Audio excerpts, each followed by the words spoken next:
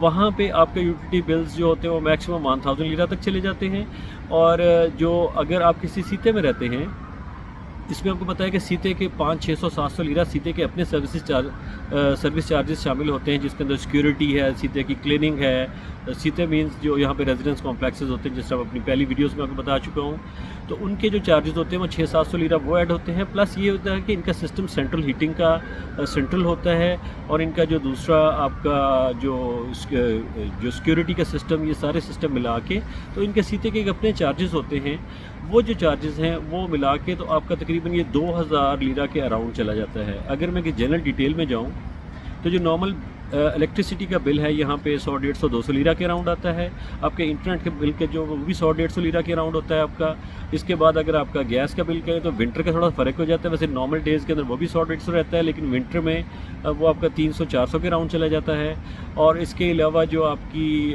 Further اگر جو آپ کسی چھوٹے جگہ پہ رہتے ہیں، کسی مطلب اسٹریٹ ہاؤس میں رہتے ہیں یا کسی ریزیڈنس میں رہتے ہیں، تو وہاں پہ بلڈنگ چارجز تھوڑے سے کم ہوتے ہیں، 100 150 لیرہ 200 لیرہ اس طرح ہوتا ہے. لیکن اگر آپ کسی سیتے میں کسی بڑے ریزیڈینشیل کمپلیکس کے اندر رہتے ہیں تو وہاں پہ چارجز جو ہیں وہ آپ کے نارملی 500 600 لیرہ سے 2 بیڈ کا جو ہوتا ہے وہ آپ کا منتھلی چارجز سٹارٹ ہوتے ہیں. سو اسی طرح اگر آپ بات کر لیں اس کے اوپر، تو اس کو آپ 2000 لیرہ بیس کر لیں کہ 2000 لیرہ آپ کی یوٹیلیٹیز کی ایکسپینسز ہیں یہاں پہ ٹرکی میں، like for the maximum side. اچھا، اس کے بعد ہم بات کر لیتے ہیں بچوں کی ایجوکیشن کے حوالے سے. بچوں کی ایجوکیشن کے حوالے سے دیکھیں بہت اہم فیکٹر ہے. یہاں پہ جو گورنمنٹ کی طرف سے آپ کو بچوں کو سکولز دیے جاتے ہیں یا گورنمنٹ سکولز ہیں، وہاں پہ آپ کی ایجوکیشن بالکل فری ہے. وہاں پہ بچوں کو فری پڑھایا جاتا ہے، اور یہاں پہ ایجوکیشن سٹینڈرڈ بہت اچھے ہیں، اس میں کوئی دوسری رائے نہیں ہے. یہ بہت اچھے سکولز ہیں، بہت اچھے ایجوکیشن سٹینڈرڈز ہیں. اور اس کے اندر اگر آپ پرائیویٹ سکولوں کی طرف چلے جاتے ہیں تو پرائیویٹ سکولوں کی بات اگر ہم کریں کہ جس طرح ہمارے بعض لوگ پریفر کرتے ہیں ان کے بچے بڑی کلاسز کے اندر ہیں، تو وہ سوچتے ہیں کہ یار ہم ٹرکش لینگویج کے اندر ابھی اپنے بچوں کو نہیں پڑھا سکتے. جبکہ میرا پوائنٹ آف ویو یہ ہے کہ آپ یہاں پہ جب آپ نے فیوچر ایجوکیشن بچوں کی یونیورسٹی لیول کی یا پروفیشنل کالجز کی ایجوکیشن جو ہے وہ آپ نے کسی ٹرکش یونیورسٹی سے کرنی ہے، تو وائی ناٹ آپ کو گورنمنٹ سکولز کے اندر جانا چاہیے. اور اس کے اوپر میں آپ کو ہمارے ایک یہاں پہ لیکچرر پروفیسر بھی ہیں، ٹیچر بھی ہیں، میں ان کے ایک انٹرویوز ریکارڈ کر کے آپ لوگوں کے ساتھ شیئر کر دوں گا. وہ آپ کو سارا اس کا ڈفرینس بتا دیں گے کہ اس میں آپ کو کیا فائدہ ہے، کس طرح کے سکولز میں جانا چاہیے، کیا کرنا چاہیے. Let's talk about the cost. یہاں پہ جو پرائیویٹ اسکولنگ کی اگر بات کی جائے تو پرائیویٹ اسکول جو ہیں ان کی فیس جو ہیں وہ اپروکسیمیٹ 30,000 لیرہ سے سٹارٹ ہوتی ہیں، then goes up to like 100,000 liras تک بھی جاتی ہیں پر اینم. ہم ٹاکنگ اباؤٹ پر اینم،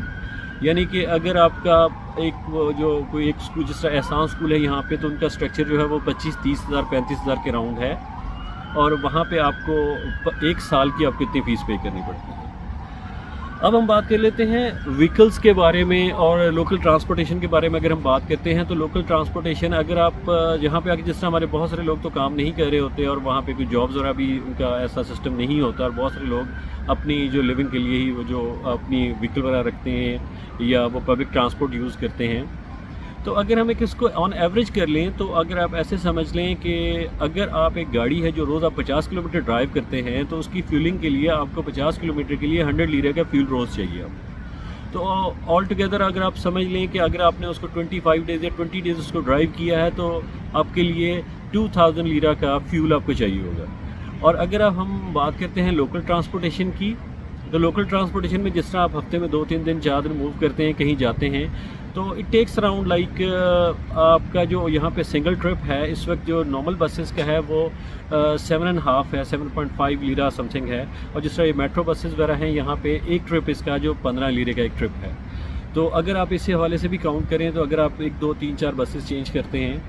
تو یہ آپ کا تقریباً 50 لیرہ آ ڈے آپ کا یہ ایکسپینس آ جاتا ہے. تو آپ ایسے سمجھ لیں کہ اگر آپ اچھی ٹرانسپورٹیشن یہاں پہ انجوائے کرتے ہیں یا لوگ پبلک ٹرانسپورٹ بھی آپ یوز کرتے ہیں تو آپ کا یہ جو ایکسپینس ہے یہ آپ کا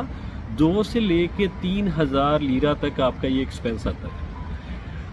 یہاں پہ اب آپ کو میں جو اس میں ایک چیز کی انفارمیشن دینا چاہتا ہوں کہ یہ آپ لوگ جب اس بات کو کمپیئر کرتے ہیں جی کہ ہم اتنے پیسوں کے ساتھ ہم یہاں پہ رہیں، ٹرکی میں رہیں یا ہم دوسرے ملکوں میں جا کے رہیں، دیکھیں میں اس کے اوپر میں نے آپ کو پہلے بھی بتا چکا ہوں کہ ٹرکی میں رہنے کے بہت سارے ادروائز بینیفٹس ہیں. فرسٹ آف آل تو یہ ایک مسلم کنٹری ہے جس کی وجہ سے ہمیں یہاں پہ فوڈ کے حوالے سے بھی کوئی حلال حرام کی تمیز نہیں کرنی پڑتی, اور ادروائز یہاں پہ لیونگ سٹینڈرڈز جو ہیں بہت امپرووڈ ہیں الحمدللہ, اور بہت اچھی لائف ہے یہاں پہ, بہت اچھی لیونگ ہے. ایک تو سب سے بڑا یہ ایڈوانٹیج ہے. دوسرا جس طرح آپ یہاں پہ پراپرٹیز خرید لیتے ہیں, جس طرح سٹیزن شپ کے لیے لوگ پراپرٹیز بائی کرتے ہیں, تو وہ 2-3 پراپرٹیز 4 پراپرٹیز یا سم ٹائم بعض لوگ ایک ہی پراپرٹی اتنے پیسوں میں بائی کر لیتے ہیں. لیکن اگر دو پراپرٹیز منیمم آپ نے بائی کی ہوں تو اس کا سب سے بڑا ایڈوانٹیج آپ کو یہ ہوتا ہے کہ جو دوسری پراپرٹی کی رینٹل ویلیو ہوتی ہے اس کے ساتھ آپ کا ایک اچھے لیول کی آپ یہاں پہ لیونگ کر سکتے ہیں. If you talk about USA اور ادر کنٹریز اور کینیڈا وغیرہ کی ہم بات کرتے ہیں,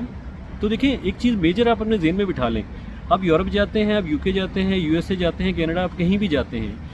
جس طرح کا لائف سٹینڈرڈ آپ ٹرکی میں انجوائے کرتے ہیں اور وہ آپ یہاں پہ کوئی کام کیے بغیر انجوائے کر سکتے ہیں. لیٹ سے آپ ٹرکی میں رہ رہے ہیں اور کچھ بھی نہیں کرتے آپ, لیٹ سے آپ کا source of income Pakistan, India یا دبئی یا کہیں سے اور سے کہیں سے ہے,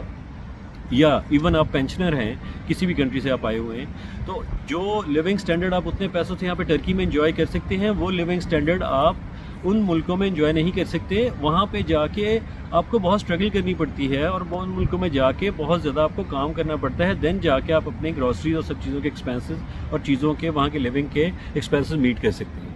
آخر میں میری آپ سب لوگوں سے ریکویسٹ ہے کہ جو لوگ میرے چینل پہ نئے ہیں اور جن لوگوں نے میرا چینل سبسکرائب نہیں کیا ہوا وہ میرا چینل سبسکرائب کر لیں اور اس کو اپنے فرینڈز اینڈ فیملی کے ساتھ شیئر بھی کریں اور میری ویڈیوز کو لائک بھی کریں اور مجھے اپنی دعاؤں میں یاد رکھیں. Thank you very much. السلام علیکم.